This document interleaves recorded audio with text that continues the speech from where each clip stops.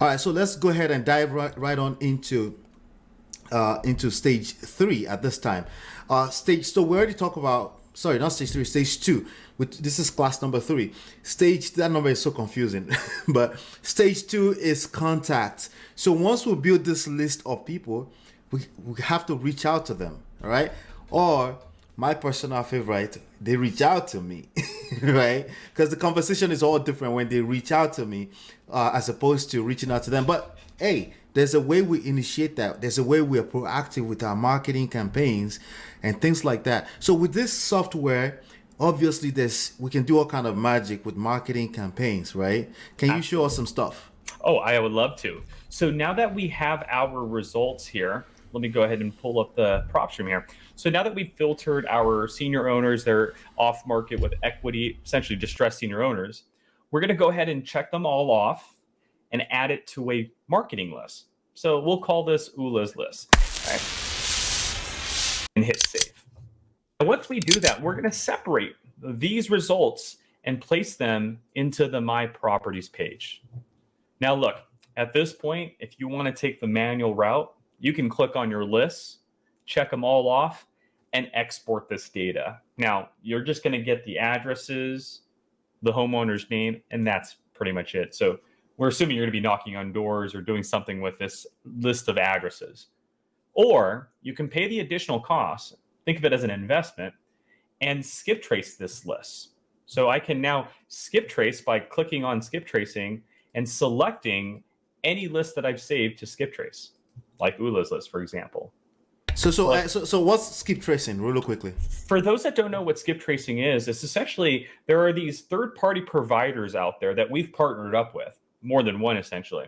And we're taking the list that you just generated, this senior owners list, and we're sending it to them on the back end. And they're going to get you a landline, a cell phone, or an email within the next 5 minutes or less. That's what skip tracing is. So that is what I'm doing now.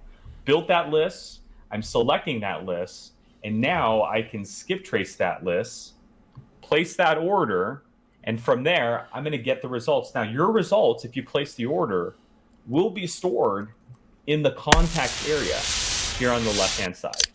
And then from there, you'll be able to now export that list of landlines, cell phones, and emails. Or if you'd like, you can take it into our campaign area. So just like Ula mentioned, why call them when they can call you? So with the campaign area, you can establish a whole new campaign.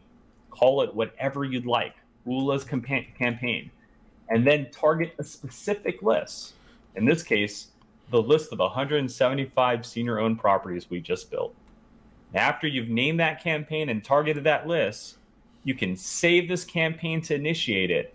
And at this point, when your campaign has been established, you'll be able to create a landing page for them. So you can talk to them about their situation without directly talking to them about their situation. And this landing page comes with an application that they can fill out. It allows them to leave their name, phone number, and email, and a message. So just to give you an idea right here, see if I can find a campaign that I have with a website that you guys can look at. Mm-hmm. While that's loading, after establishing that website that they can go to without ever having to call you and filling out their information without ever having to speak to you, this is just an idea of what a landing page looks like right here. We can help you with a lost loved one, if it's a pre-probate list, all of that stuff. But here's that application that they can fill out.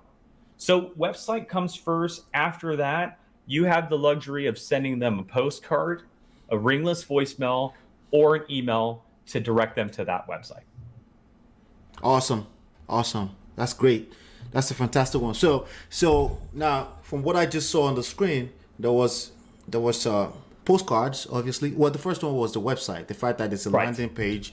So if you don't want to get all crazy fancy all over the place, they have it all good to go right there. People can fill it out. And one of my biggest mistakes of all time is that because my background is computer engineering, my natural mind goes to getting more technical and more. And I wasted so much time trying to don't overstress this. Just use the tool. It's really about consistency and what you said in the beginning, which is patience. But if you're being consistent and you're always running campaigns from time to time, it's easier to be patient because your input is really all you should be looking at. And when you do get a phone call or somebody fill out the form and you get that email with somebody's data in it, then you just generated leads. Speaking of generating leads, right? I think right about now we're ready to get into class 4.